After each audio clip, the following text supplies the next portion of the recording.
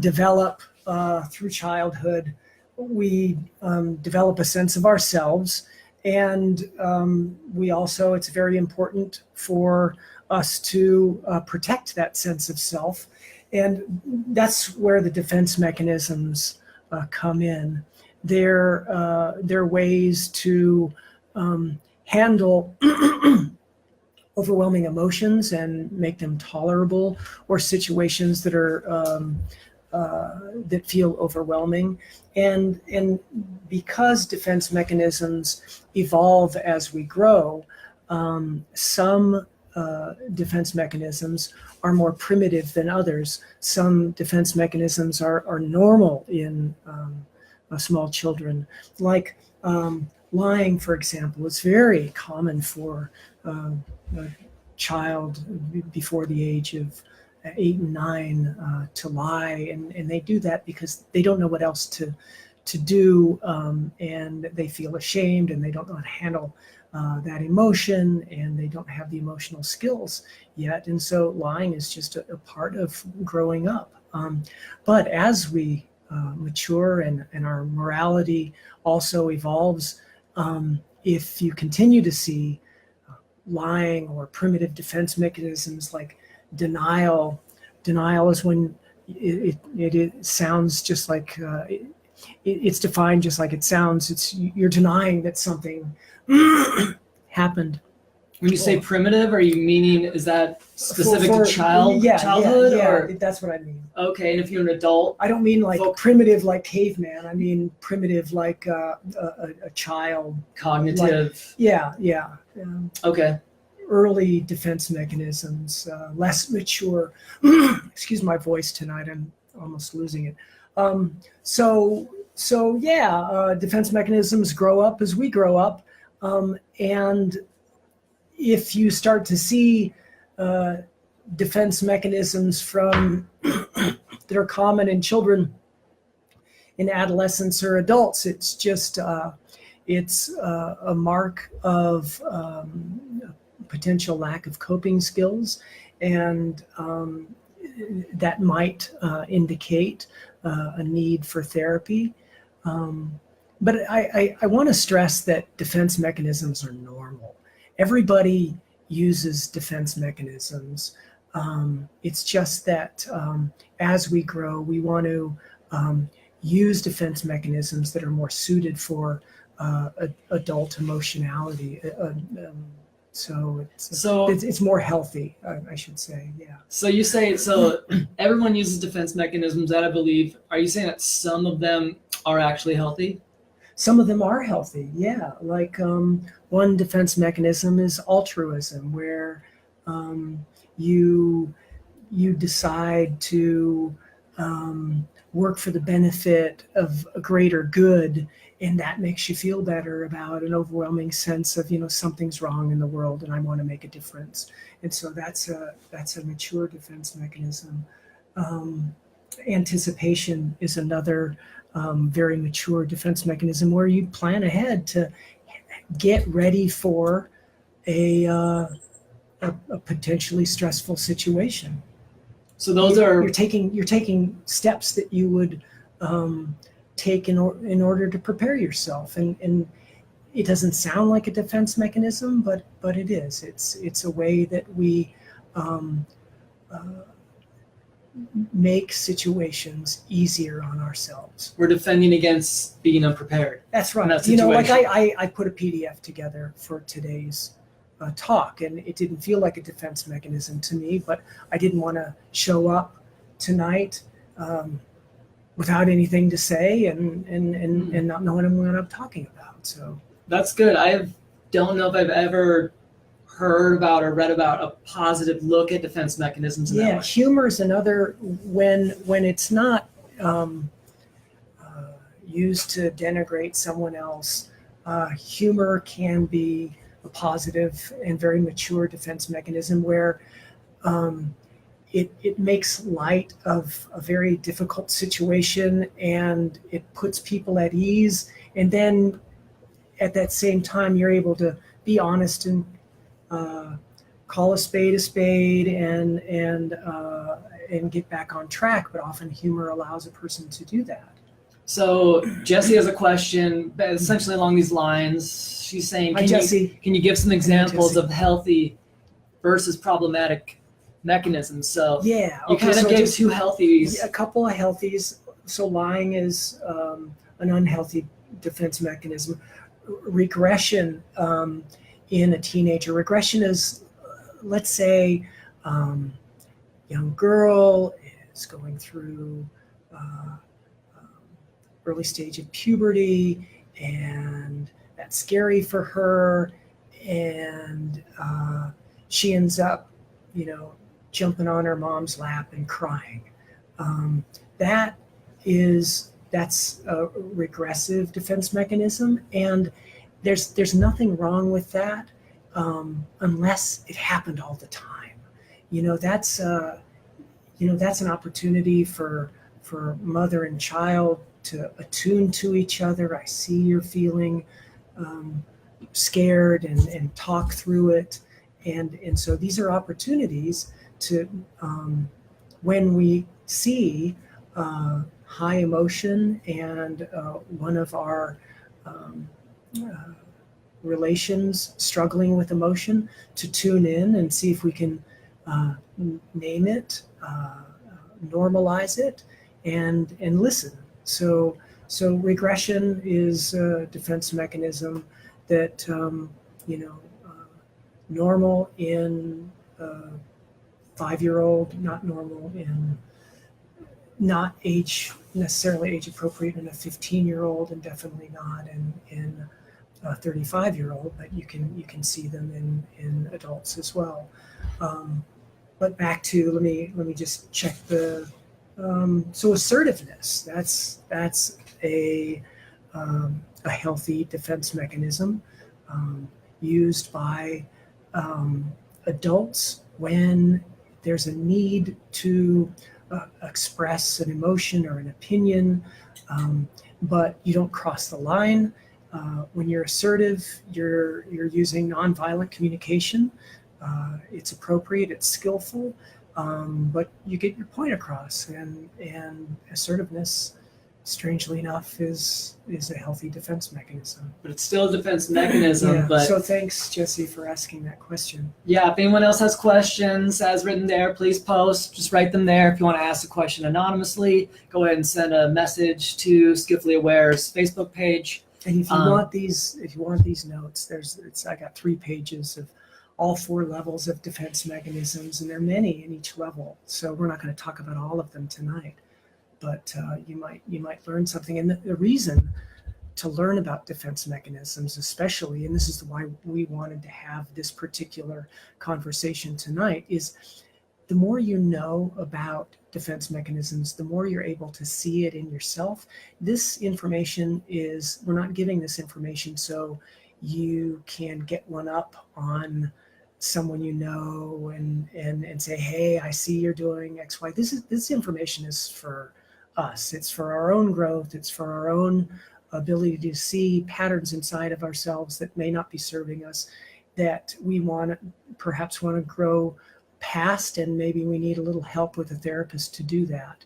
So that's why we're doing this talk tonight. And if you want the PDF that Mark was just talking about, just comment the word PDF or email info@skillfullyaware.com. Just email us the word PDF, whatever you want to do to get our attention.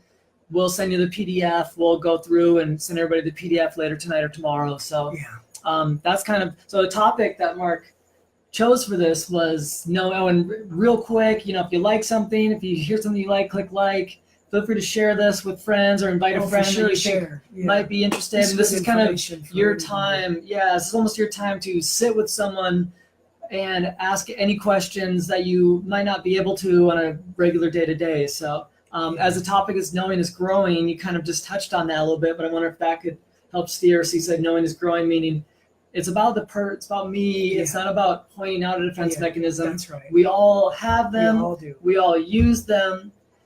Is knowing growing because during the day I can say, I'm being assertive right now. That's cool. Yeah.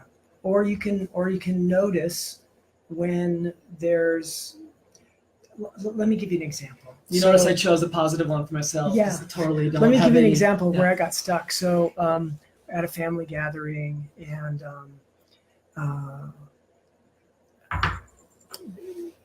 the context was a birthday celebration, and everything. My family, like most families, they're broad spectrum broad on the political spectrum, and somebody made a political joke in the presence of others that I knew would be offensive to them, and I found myself shutting down. I did not know what to do. I did not know what to say. My humor, my ability to see what was going on and adapt in the moment to the appropriateness of the situation left me. And what I found myself doing is reverting back to an old defense mechanism that is done, and I learned in my family of origin, which is just to kind of freeze and then walk away. And so, and Like I'm literally walk away, like leave the room. literally walking Sometimes away, you gotta walk away. turning my back on this person that I love, even though I felt what that person said was inappropriate. I did not meet that situation with attunement. And so I've been reflecting on that. And that's why it's important to know what defense mechanisms are, so you can see it in yourself and prepare next time, prime yourself for situations like that. And that's the way we grow. We grow by like little iterations, trying this, not doing so well with that. It's one step forward, one step back. Life is iterative, and you acknowledge it in order to grow. And I've been thinking about it since then, and so coming back and having this talk on defense mechanisms was great, because this just happened a couple of days ago. And so how are you going to grow? Is one of those steps to you growing from having that reaction, going back in that situation and talking to that person? Well, possibly, but the first step for me is naming the defense mechanism. So I regressed, and so I want to explore that in myself. I have a habit when things, because I have a trauma history. Some of you that are on this call know a little bit about my history, and I have, when things sometimes get a little emotionally hot, I can freeze sometimes, and that's not something that I am conscious of. That comes out of subconscious programming, and although I can nudge that programming by setting intentions and priming, as I was saying, this is going to be a lifetime process of waking up to subtle things that I haven't worked through, like everybody else. For sure. And so I want to see if we can get Ellen. Ellen says hello. We have a couple people that asked for the PDF. Tamir, Robin, Jesse, totally going to send you that PDF. Thank you for asking. If anyone else wants this free PDF that Mark so humbly put together, we're not calling it an ebook, it's a PDF. But it's great information about what we're talking about, and really in more detail. I'm looking at it here. It's really listing out defense mechanisms, what it looks like, really seeing different categories of them, and maybe that's something you can talk about next. So just say PDF, please, or PDF. See, Robin wants the PDF. Great. No problem, Robin. Again, if you like something, click like, click share, and ask us a question. Even if you're like, I don't know if this fits, or it's a little bit over here, feel free, steal the conversation. This is your conversation. So it looks like Patrice Griffin actually has a question. Oh, great. So looks like Charles wants the PDF too. Hey, Charles. So Patrice says, do we only use defense mechanisms when we are threatened? or why do we use them? So did you feel threatened in that situation? Yeah. So it's primary sense of threat or overwhelmed.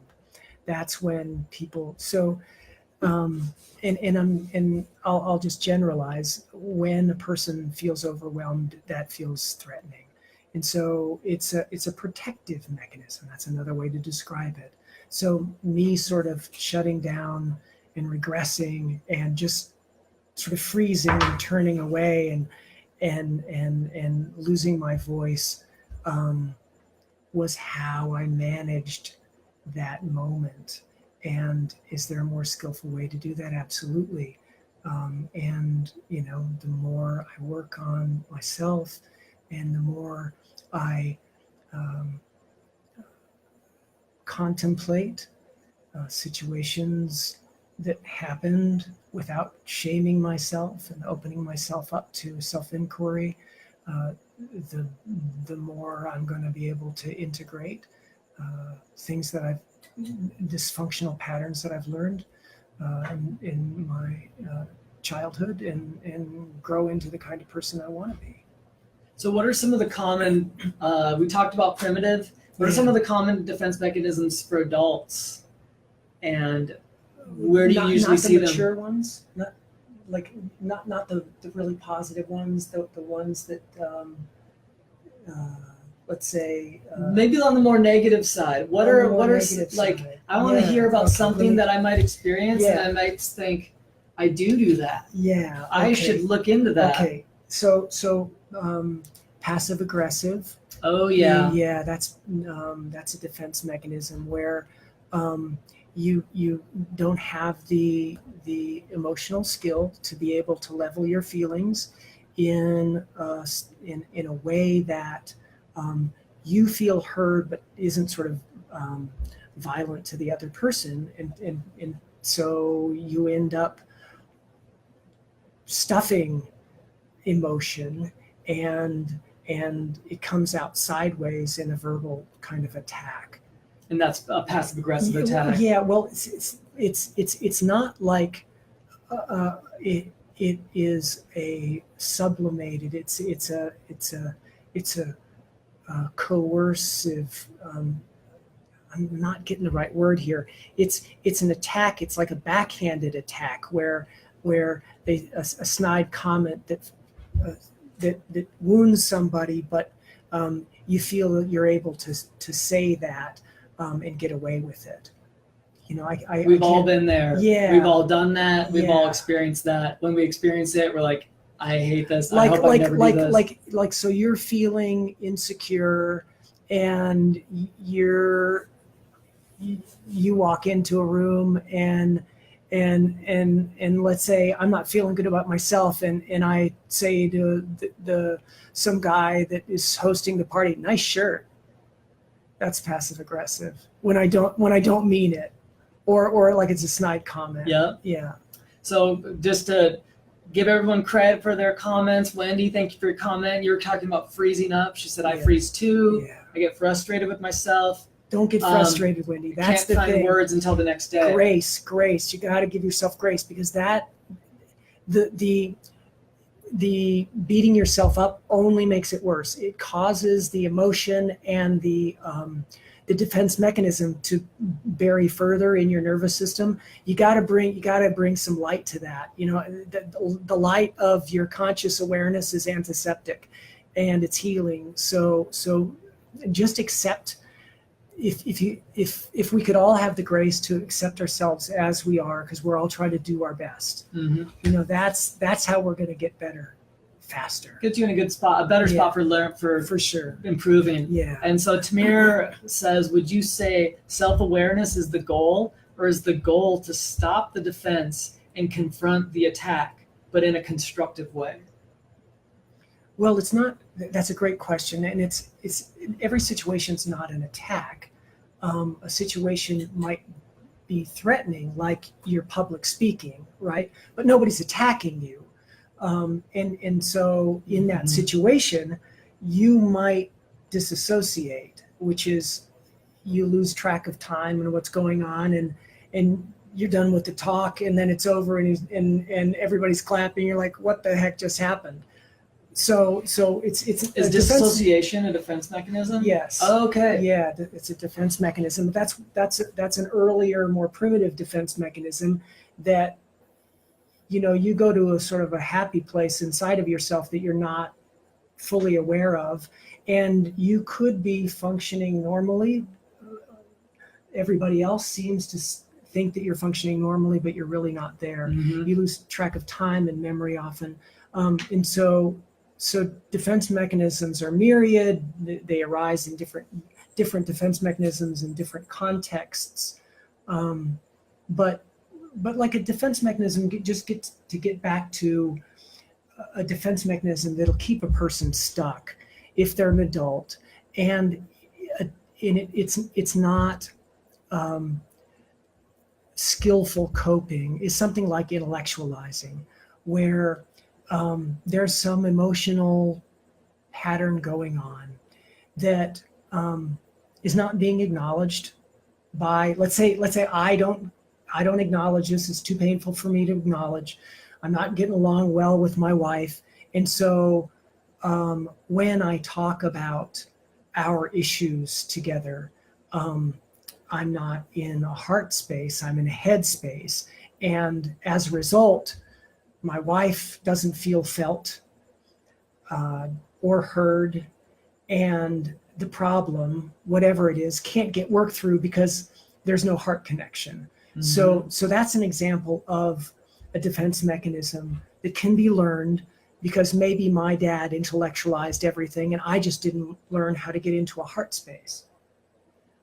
Totally. Okay, so that's Yeah, another and example. it's almost like you're putting yourself like, there's a problem, you're stepping aside from it, and maybe that's your defense mechanism there, is you're Yeah. stepping aside and you're saying, I'm going to intellectualize right now. I'm going to appear as if I'm so in control of the situation Yeah, when I'm not. yeah. So, Tamir, yeah, I hope that helped. If you have a reply, if you want us to go further, if you want Mark to, delve deeper into your question, Hey, Tamir. please do so. Please post again.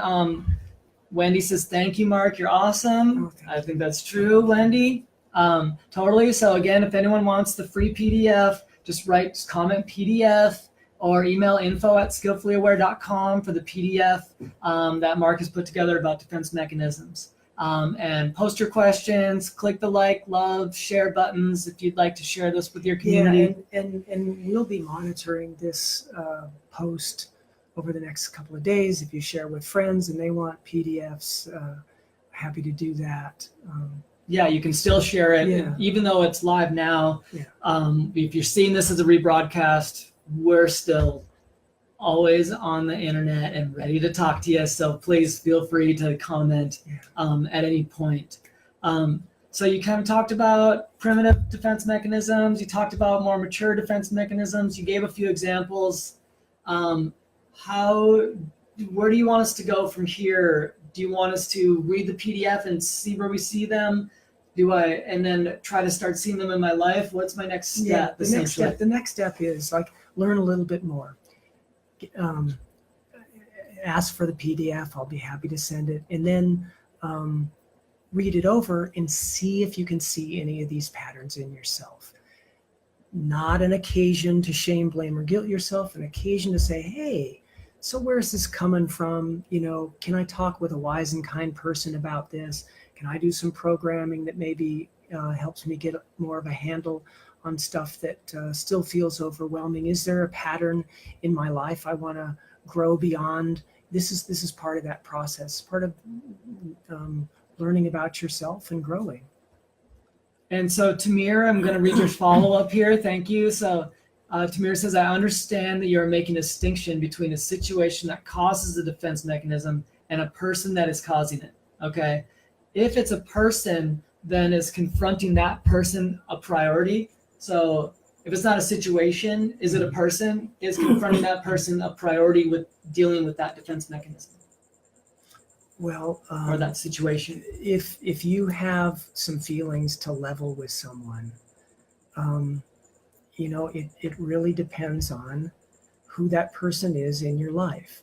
If that person is someone you have an ongoing and will have an ongoing relationship with, it's very important that you level your feelings in a skillful, attuned way. If, however, you don't necessarily have a relationship with this person, somebody is abusive to you at the grocery store, it's not necessary that you fight fire with fire. Sometimes you take the big picture, you see that somebody else is hurting, and emotional energy is spewing out, and the best approach is just to sort of stay clear of that. So I hope I'm answering the question in an adequate way, but everything's contextual, and there's always a balance between the need to assert yourself and the skillfulness of also just learning to let some things go. That's really good advice, because otherwise you can stay stuck on, I have to fix this thing, and maybe you don't. Maybe you can look inside. And if you really do feel like if that is a habit, like I've got to give this person a piece of my mind, maybe that's an opportunity to look and see, why is that important to me? So Robin has a question. Robin says, can you talk about when people get stuck in their victim mode and don't take action or responsibility? So gosh, that's such a good question. And we all have the capacity to fall into a victim mode. And for some people that becomes a habit. It's a habit in their storyline. And that can really arrest a person's development. So growing beyond victim is first, you have to open yourself up to self-inquiry and see that that's a narrative that lives in you. And very often a victim is a person who, as an adult, is exhibiting some of these primitive defense mechanisms. Lying, projection. Projection is where you see something in someone else that's really in you, but you're shaming and blaming and guilting others. The finger of blame is always going in this direction instead of you noticing it in yourself. And so if some of these primitive defense mechanisms are very prominent in an adult, then that could signify someone living with a victim narrative.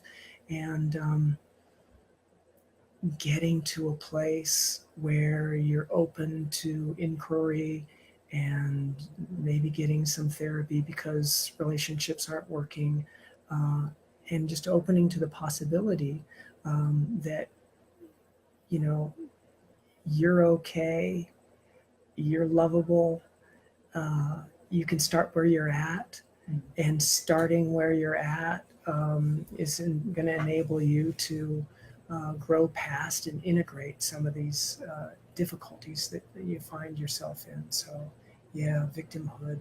I had that narrative quite a bit in my past, and it was difficult to grow out of it.